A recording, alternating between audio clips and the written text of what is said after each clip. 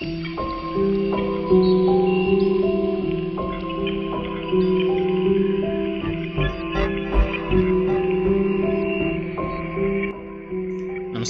ಎಲ್ಲ ದೊಡ್ಡ ಮಂದಿಗೆ.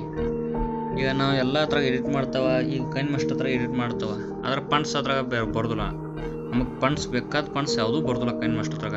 ಕನ್ನಡ ಫಂಡ್ಸ್ 5ರಿಂದ 6 ಅಷ್ಟು ಅದಾವೆ. ಈಗ ಕನ್ನಡ ಫಂಡ್ಸ್ ಯಾವ ರೀತಿ ಆ್ಯಡ್ ಮಾಡ್ಬೇಕಂತ ನಾನು ನಿಮ್ಗೆ ಹೇಳ್ಕೊಡ್ತೀನಿ. ಫಸ್ಟಿಗೆ ನಿಮ್ಮ ಕೈನ್ ಮಾಸ್ಟರ್ ಆ್ಯಪನ್ನು ಓಪನ್ ಮಾಡ್ಕೊಳ್ಳಿ.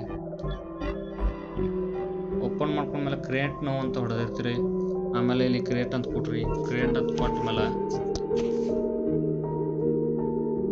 ಈಗ ನಾನು ನಿಮ್ಗೆ ಫಂಡ್ಸ್ ಯಾವ ರೀತಿ ಆ್ಯಡ್ ಮಾಡೋದು ಅಷ್ಟೇ ಹೇಳ್ಕೊಡೋದು. ಇಲ್ಲಿ ಟೆಕ್ಸ್ಟ್ ಅಂತ ಇದು ನೋಡ್ರಿ, ಇಲ್ಲಿ ನಿಮ್ಮ ಹೆಸರಾದ್ರೂ ಬರ್ಕೋರಿ, ಏನಾರ ಬರ್ಕೋರಿ.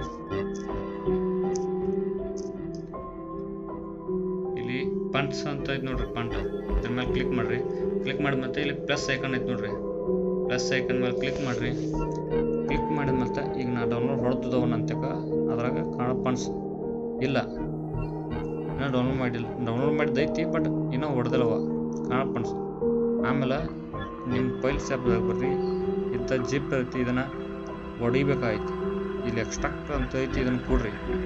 ಆಮೇಲೆ ನಿಮ್ಮ ಫಂಡ್ಸ್ ಎಲ್ಲ ಬೇರೆ ಬೇರೆ ಆಗ್ತಿರ್ತಾವೆ. ಫಂಡ್ಸ್ ಎಲ್ಲ ಬೇರೆ ಬೇರೆ ಆದ್ಮೇಲೆ ಡನ್ ಅಂತ ಕೊಡ್ರಿ. ಡನ್ ಅಂತ ಕೊಟ್ಮೇಲೆ ಮತ್ತೆ ಕೈನ್ ಮಾಸ್ಟರ್ ಆ್ಯಪ್ ಹೋದಾಗ ಬರ್ರಿ. ಕೈನ್ ಮಾಸ್ಟರ್ ಆ್ಯಪ್ದಾಗ ಬಂದರೆ ಮತ್ತೆ ಇಲ್ಲಿ ಪ್ಲಸ್ ಐಕನ್ ಐತಿ, ಮೇಲೆ ಕ್ಲಿಕ್ ಮಾಡಿರಿ. ಇಲ್ಲಿ ಕನ್ನಡ ಫಂಡ್ಸ್ ಅಂತ ಐತಿ ನೋಡ್ರಿ.